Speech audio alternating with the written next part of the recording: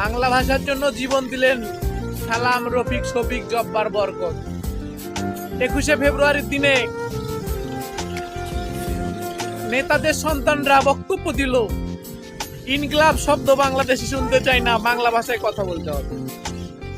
আর সংরক্ষিত আসনের মহিলা এমপি নাইট ড্রেস পরে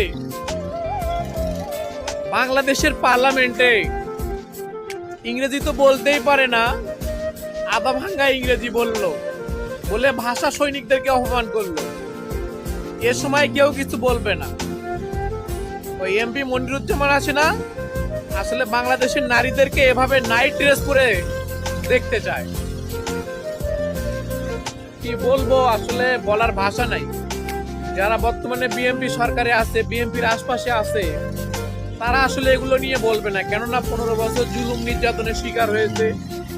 এখন একটু দলের গুণগান গাইলে, দলের আশপাশ থাকলে কিছু পাওয়া যাবে, কিছু খাওয়া যাবে, টিকে থাকা যাবে।